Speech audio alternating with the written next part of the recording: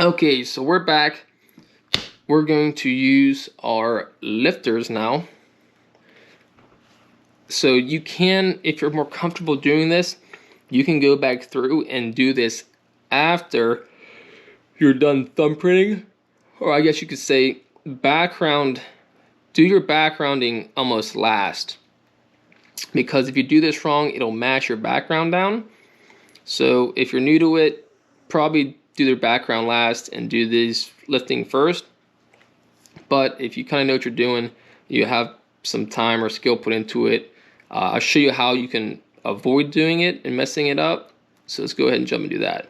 So whenever I use my lifters, I have 3. They're all Craft Tool Pros. Like I said, unfortunately, I do not think they sell the Craft Tool Pros anymore. They are just 3 different sizes. I think it's the only 3 they sold. I'm going to use the smallest one.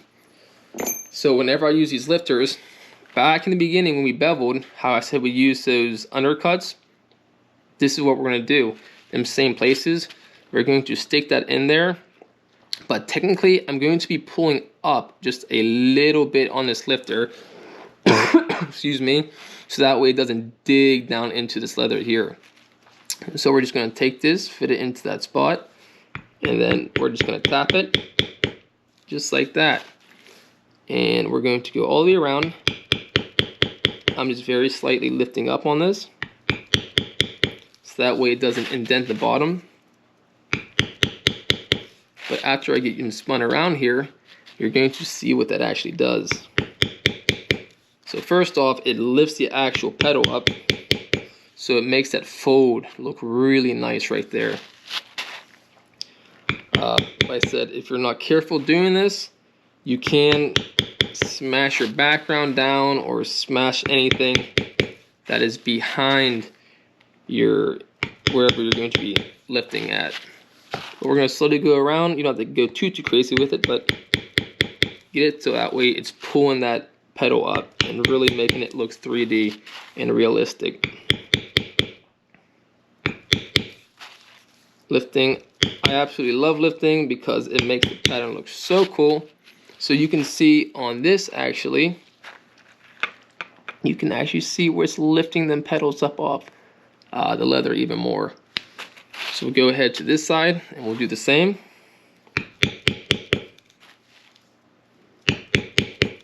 Just making sure I'm kind of lifting up on that leather a little bit. You don't have to worry about that if you wait to last the background. But I just like backgrounding after ever I'm done beveling.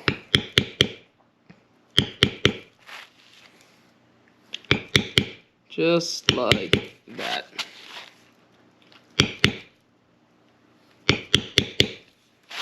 Go ahead and get this top of this flower.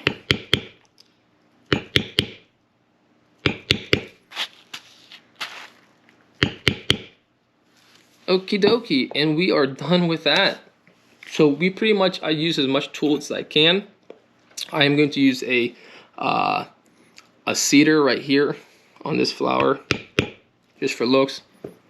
But for the most part, that's pretty much all the tools I mainly use. I do use a couple other tools, but I just don't want to get too crazy into using 100 different tools. I'm trying to use the least amount of tools possible, so that way you aren't going out and buying 100 tools just to tool something up. So after Lefty's done itching down there and shaking the table, I'm going to change the camera angle around, and we're going to throw our decorative cuts in. Okay, so reverting back, make sure your swivel knife is sharp. So whenever you do your finished cuts or decorative cuts, honestly, this is where it comes down to what you want to do. Everyone does them differently. For me, I just kind of go in these stems here. Well, first I start with the flowers, and I just kind of figure out a way that I think it looked nice. Sometimes I change it up on the flower, but say for this one, we'll just do something kind of like this. Like I said, you can switch it up here and there. Everyone does it differently, but just kind of figure out something you like for yourself. Like I said, if you want to copy this, that's fine, but just kind of just get your own imagination going when it comes to some stuff like this. I'm going to go through and do my flowers first. Any process that I do, like I said, I always go with the flowers first, and then the the vine and stem work. So let's go ahead, put those in there. You can see that. Now we're going to go to the actual floral itself. I'll start off with these right here, these the stems, no, not the stems, but the vines. I'll just go through and just throw a cut in them.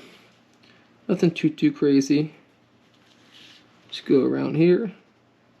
Start with them, the easiest. I'll just throw a single cut in. Just kind of fade it out. Start heavy, lighten up. Same thing on this side. I'm going to start heavy, lighten up. You can do 1 line, 2 line, 3 line, 4 line. Do whatever you like, whatever you think looks nice.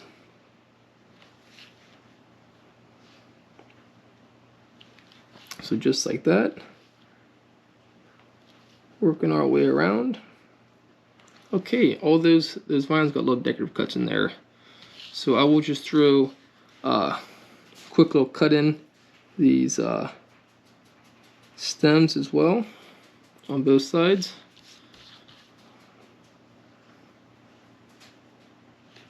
And then we will go through and just add some extra cuts into these as well. Like I said, there's no certain way you have to put decorative cuts in, just whatever you think's nice.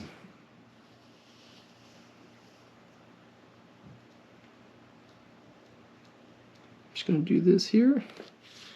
Throw a decorative cut in right there, and we'll go around a circle for this piece. Bring it back around here and fade it off into there. Oh, where else did I need to get? We'll throw in little cuts in by these as well. Like I said, there's no certain way you have to do this. Whatever you feel looks nicest. Okay, that is our finished product right there. So I'm going to go ahead and we are going to, I'm not going to dye the background, but we're going to show you how I finish my product. So I'm going to show you how the oiling, the dyeing, the antiquing, and then how I do my edges as well. So we'll go ahead and do that in the next video.